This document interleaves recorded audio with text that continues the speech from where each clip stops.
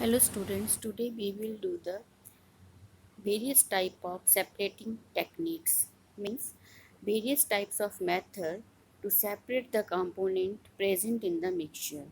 So there are various type of method we discuss in this video.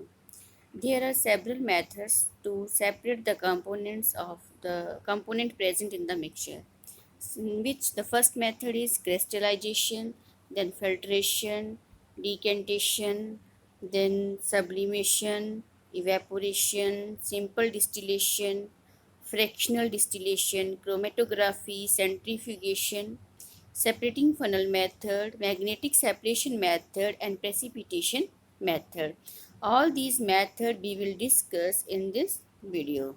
So first of all, I will explain you about the distillation method.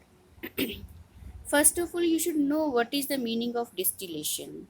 Distillation is the process in which first the liquid changes into its vapor form and after condensation it can convert it into liquid form further. Means the process in which liquid changes to vapor state, then after condensation of the vapor take place we get the liquid. So that is known as the distillation. The liquid which we get after condensation is the purest form of liquid. So we will use this distillation process for what type of solution? The solution which are immiscible with each other, we will use that process in this distillation. Distillations are mainly of two types, simple distillation and fractional distillation. So simple distillation, it is the diagrammatical distillation which is given, it is our simple distillation. This distillation is the simple distillation, and fractional distillation mainly we use for those liquid which has boiling point difference is less than 25 degree Celsius, which has boiling point difference less than 25 degrees Celsius. There we use the fractional distillation. Now let us explain this simple distillation method. Simple distillation method, we will take the liquid in this round bottom flask. It is our round bottom flask which contains the immiscible liquid. We need to separate the immiscible mixture. We need to separate the component from this immiscible mixture. What we will do, and this is the condenser. It is your condenser. It helps to condense the vapors coming from this liquid, and that vapor can be taken into this titration flask, this conical flask, sorry. Now, as we boil this liquid can be heated, and the liquid which can be evaporate first collected in this condenser, and this condenser convert the vapor state of liquid into liquid. So suppose if you want to separate the water from ether, or water from water ether mixture, so what we will do, we will take water here and mixture here, we will apply heat. Okay, after that the water changes into vapor, it comes here in the condenser, and after condenser it get taken into the this canonical flux, it can be separated out. So this method is known as the distillation method. Next method is separating funnel method. What is separating funnel method? Separating funnel method is mainly used for the mixture which are immiscible. It is mainly used for immiscible liquid. What do you mean by immiscible liquid? Immiscible liquid, what is the meaning of immiscible liquid? Means the liquid, the component are not mixed each other in the mixture, that are known as the immiscible liquid. For example, this method are mainly used for separating oil from water. Oil from water means if we have mixture of oil and water, and we need to separate the oil and water, we need to separate the water from that mixture, so we will use this method, separating funnel method. There are different type of separating funnel you will get in the laboratory, but this funnel we will use, and how it work, let me explain. It is the separating funnel method. Okay, it has three columns present in this funnel. Suppose, and it is the knob of the funnel, it is a nozzle of the funnel. If you want a liquid, we just use this nozzle. Now, as we add the mixture, It is a separating funnel. We add the mixture here, and when we add the mixture, the water coming at the lower side of the funnel and kerosene oil present at the middle of the funnel. Like this yellow color is showing the kerosene. Okay, as we open the nozzle, turn on the nozzle, what happen, the water start coming. Like here, see, water is coming in this conical flask. After taking the water, when water finish, this blue color water finish, then what we will do, we will turn off the nozzle, and in this separating funnel, kerosene oil left, and in this conical flask we will get the water. In this way, we will separate the mixtures of oil in water.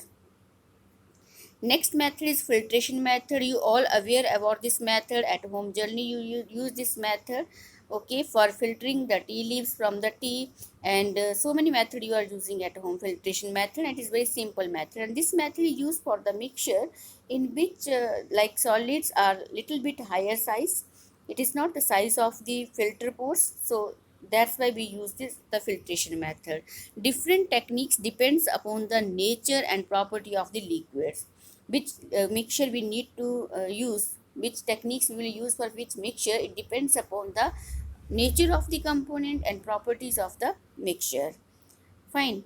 Next method is your sublimation method. So what is sublimation method? First, you all knows that what is sublimation. Sublimation is the process in which the solid directly changes into gaseous.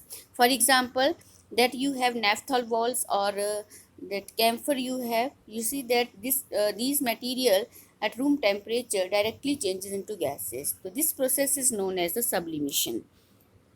Sublimation techniques mainly used for the mixture in which one component is volatile in nature. It is the condition, otherwise the mixture cannot be separate by using this sublimation process. Now suppose if you want to separate the mixture of ammonium chloride and salt, what we will do, we will take this china dish, okay, and we will put this mixture of ammonium chloride and salt in this china dish, white color mixture, inverted funnel. It is an inverted funnel. We kept on this china dish, and it is the burner. When the heating taking place, what happen? The ammonium chloride, which is volatile in nature, this ammonium chloride start uh, sublime, and it comes. Here is the cotton we put at the top of the funnel. Get sublime, and it get deposited on the this cotton. Okay, and sodium chloride left in the china dish. So it is the method for separating the ammonium chloride and sodium chloride. Means any mixture in which one component is volatile in nature can be separated by this method. So these are the techniques for separating different types of mixture. Now next one is very important, that is also centrifugation method. Centrifugation method we use to separate the mixture in which one component is denser and other is lighter. Okay, the lighter component come after centrifugation come at the top of the mixture, and the denser component left on the bottom of the mixture. For example, we get butter from the milk. At home you people are generally doing this method, so where that is known as the, by churning of the curd, that method is known as the centrifugation method.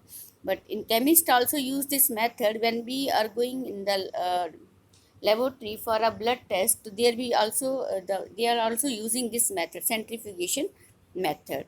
So how they will using this method, like they will take your blood sample in the test tube, and it is the apparatus where they kept this test tube, and after keeping the test tube in this apparatus, you just close the apparatus, and this apparatus start rotating. It will start rotating like this inside the apparatus. Okay, now you will see before the centrifugation method, your blood is like this. Particle are in colloidal form, and they are just in randomly moving between the blood. But after centrifugation, the particle like this, they get centrifuged, and get separated in a molecular small particle together in one form. So this process is known as the centrifugation process. Like it is also very clear in this test tube I have shown. This is before centrifugation, that the blood is shown like this in before centrifugation, in which particles are just randomly moving inside the blood, but after centrifugation the particle get collected at the bottom, and it is the method for the separation of the denser particle from the lighter particle, and mainly this method used for the colloidal solution. So these are the various techniques that how we separate the different component from the mixture. Thank you so much.